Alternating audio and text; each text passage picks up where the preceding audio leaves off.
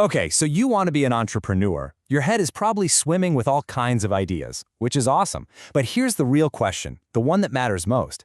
How can you tell if what you have is just a cool idea or a real deal business opportunity? Well, let's get into it.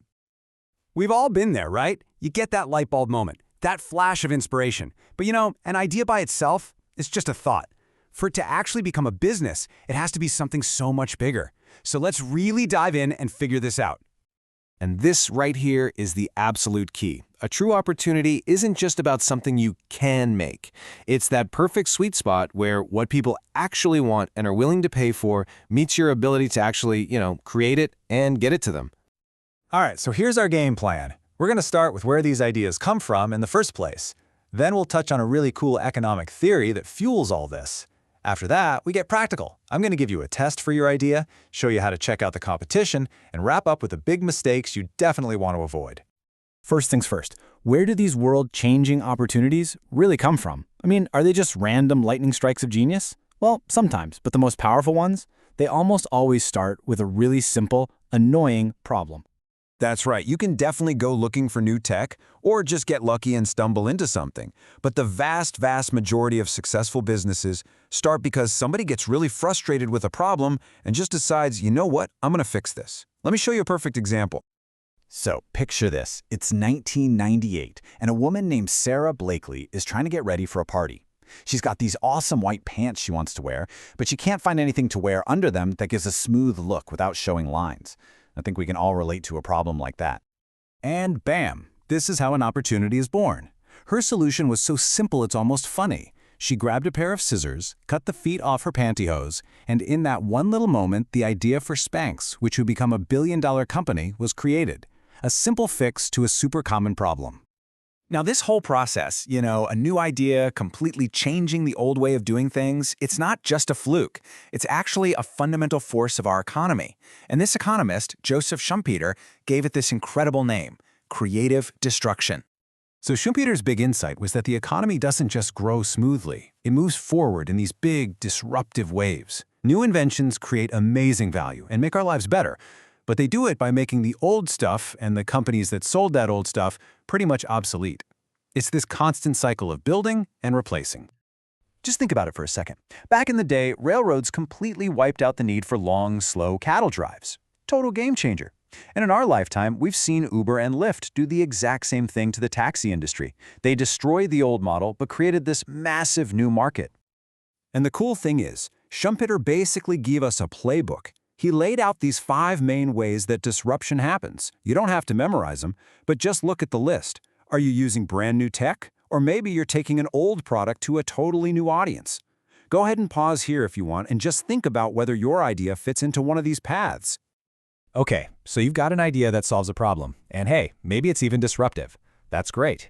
But is it a real business? This next part is where the rubber meets the road. It's a 3-part test to see if your idea has what it takes to actually survive out there. First off, and this is the big one, does anybody actually care? You have to be solving a problem that enough people have and that they're willing to open up their wallets to fix. If nobody wants to pay for it, you don't have a business, my friend. You've got a hobby. Okay, number 2, can you actually get in the door and compete? The market has to be big enough for you to grow, and you can't have these giant walls that make it impossible for a new player to even get started. Basically, is there room for you at the table? And last but not least, does the math actually make sense? You've got to be able to make enough profit to make all the risk and hard work worth it. And you have to be honest with yourself about the resources, the cash, the people, the tech that you need just to get this thing off the ground. So here it is, the big takeaway. An idea only becomes a true, genuine opportunity when it exists right in the middle of all 3 of these things. You have to have the demand, the right market structure, and the right margins. If you're missing even one of those pieces, it's time to rethink things. So let's say your idea passes the test. Awesome. Now what? Well, now it's time to step into the arena and get a really good look at who you're up against. And this isn't about getting scared of the competition. It's about finding your unique spot where you can win. A simple grid like this one for a bike shop is an amazing tool. You just map out what your competitors are good at and where they're dropping the ball. See here? Spoke Masters has the fancy bikes, but they're super expensive. City Cycle does repairs, but their service is terrible. These weaknesses, those are your opportunities. And that's the entire goal of this exercise. You're hunting for the gap. You're looking for that customer need that everyone else is completely ignoring. Once you find that, you've found your unique selling proposition. That's the one thing that makes you different and the reason customers are going to choose you. All right, let's wrap this up with a little reality check. The stats show that about half of all new businesses fail in the first 5 years. But look, knowing why they fail is the best way to make sure you're not one of them. Coming in at number 3 is a pretty simple one. They run out of cash. It's that classic story of having a great product but an empty bank account. People just underestimate how much money and time it takes to become profitable. You have to plan your finances carefully. It's non-negotiable. The second biggest reason for failure is a lack of experience. I mean, your passion will get you started, but it's not going to teach you how to manage a supply chain or deal with payroll. This is exactly why the smartest entrepreneurs find mentors, people who've already made all the mistakes and can help them avoid the same traps. And the number one top reason most new businesses fail, it all comes down to low sales. And this brings us right back to the very beginning. They built something that, in the end, nobody was actually willing to pay for. They had an idea, but they never did the hard work to prove it was a real opportunity. So after all of this, what's the bottom line? An idea is just the starting gun. It's not the finish line.